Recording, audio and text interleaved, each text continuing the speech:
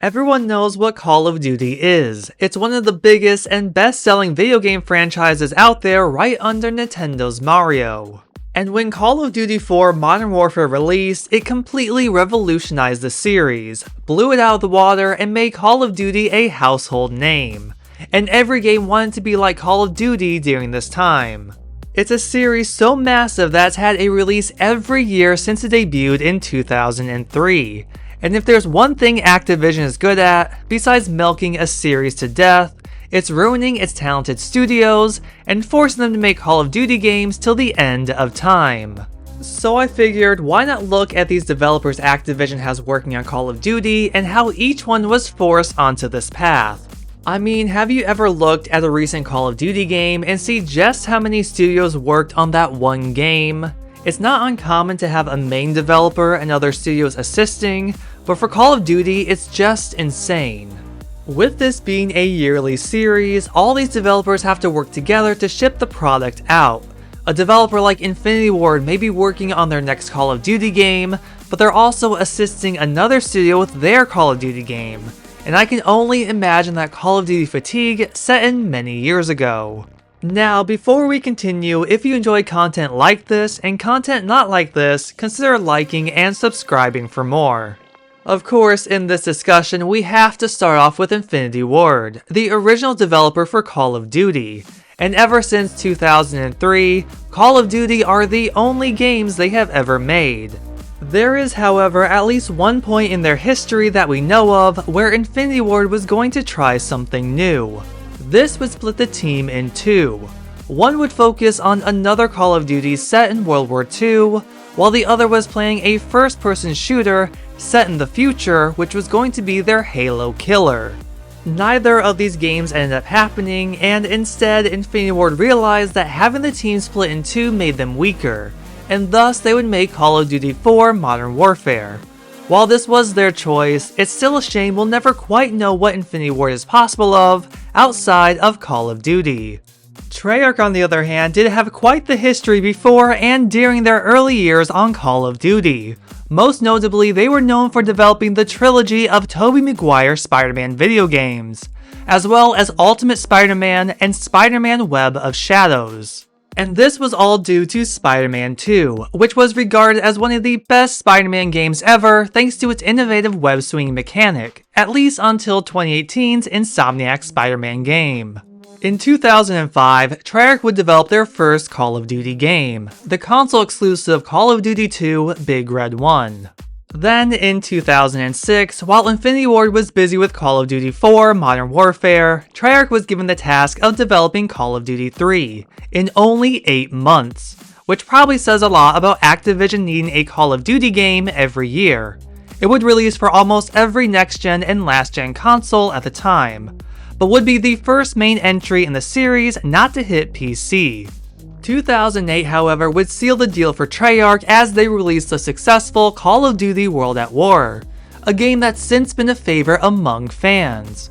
That same year would see Treyarch's final two original games, Spider-Man Web of Shadows and the video game adaptation of 007 Quantum of Solace, which, funny enough, played like a Call of Duty game, used the same engine as Modern Warfare, and was released a week before World at War. Treyarch would hit it big in 2010 with Call of Duty Black Ops, a sequel to World at War, but also a game that created a whole new sub-series for the franchise. And ever since, Treyarch continues to release Black Ops games. Then we have Sledgehammer Games, which rounds out Call of Duty's big three developers. Like Infinity Ward, they have never developed a game outside of Call of Duty. And the studio was a huge gamble for Activision. The only thing they had going was its two founders, both of whom originally worked at EA. They had a plan to replicate their success on 2008's Dead Space with a third-person action-adventure Call of Duty spin-off. However, around this time, Infinity Ward saw its co-founders leaving while taking many of its employees. With a deadline of 20 months to develop Call of Duty Modern Warfare 3, Activision put the responsibility onto Sledgehammer with the rest of Infinity Ward, and development on this spin-off stopped. It was here Sledgehammer earned Activision's trust in the series, and in 2014, they released Call of Duty Advanced Warfare. But as Call of Duty continued to shift into futuristic warfare in the years to follow, players became fed up. So instead of making a sequel to Advanced Warfare, Sledgehammer brought Call of Duty back to its roots with Call of Duty World War II, which was probably a wise choice at the time. They would follow this up with Call of Duty Vanguard, a game that received mixed reception and failed to meet expectations. Which leads us to their most recent game, the third entry in the Call of Duty Modern Warfare reboot series, and as we all know, it was pretty bad. What was meant to be an expansion pack for Modern Warfare 2 was turned into a full game in about 16 months at Activision's request. Many didn't like the story choices, and the use of old Warzone maps as levels just felt cheap. But this is also another example of Activision's greediness, and maybe not so much on Sledgehammer themselves. Beenox had an interesting history before Call of Duty. They had Spider-Man games including Spider-Man Shattered Dimensions, Edge of Time, and the two amazing Spider-Man video game adaptations. Co-developed a number of Skylanders games, and made Crash Team Racing nitro-fueled. But their path to Call of Duty would begin with the notorious last-gen port of Call of Duty Black Ops 3, which dropped the single-player story and only included multiplayer and zombies, and even then, this game should have never been made. Typically these days, they provide additional work for Call of Duty, and in 2020 had a hand in remastering the original Call of Duty Modern Warfare 2. High Moon Studios is most notable for a trilogy of Transformers games including War for Cybertron, Dark of the Moon, and Fall of Cybertron alongside Deadpool. But when Activision moved away from licensed games in 2013, this has resulted in the studio assisting development of mostly Call of Duty games ever since. Raven Software created hits like X-Men Legends, X-Men Legends 2 Rise of Apocalypse, as well as Marvel Ultimate Alliance. They made the excellent video game adaptation of X-Men Origins Wolverine, which was far better received than the movie itself.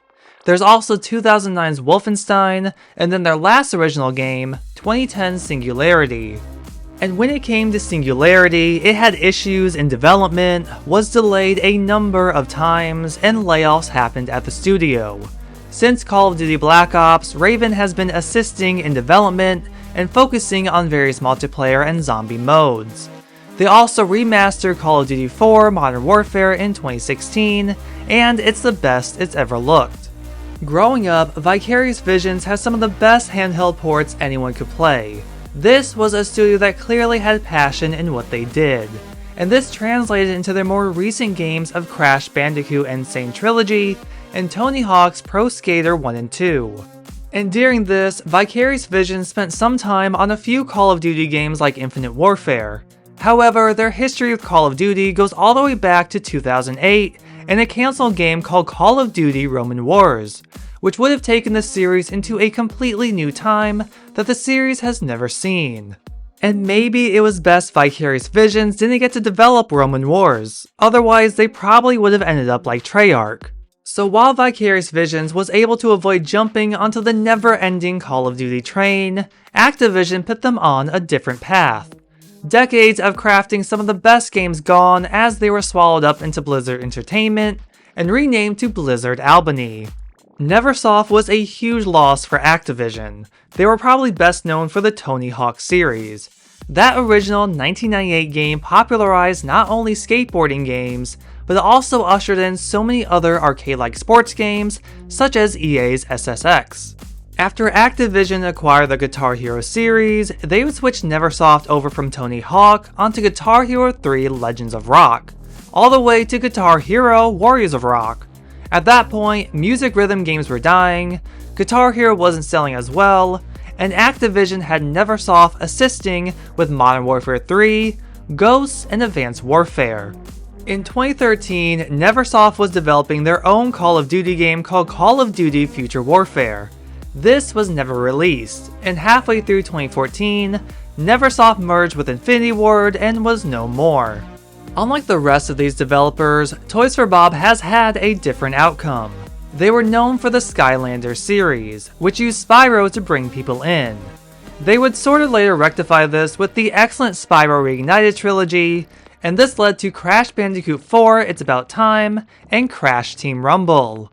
They had worked on very few Call of Duty games starting in 2021 with Warzone, but in 2024, Microsoft laid off a ton of Activision's workers, part of Toys for Bob was shut down, and the rest were forced to work from home. Luckily, Toys for Bob was able to become an independent studio and has since forged a relationship with Microsoft to publish their first game. We've been at this point where Activision themselves barely have a game release outside of Call of Duty every year, and if they do, it's just a bonus. Call of Duty is all Activision needs to thrive, and until the day comes when Call of Duty somehow bombs, which I never see happening, all these developers won't have the freedom to develop outside of the franchise. But what do we think? Do these developers deserve to make games outside of Call of Duty? What would you like to see them dive into? Let us know your thoughts down in the comments. Be sure to like, share, subscribe, and ring that bell to be notified about future content. Thank you for watching, and I'll see you in the next video.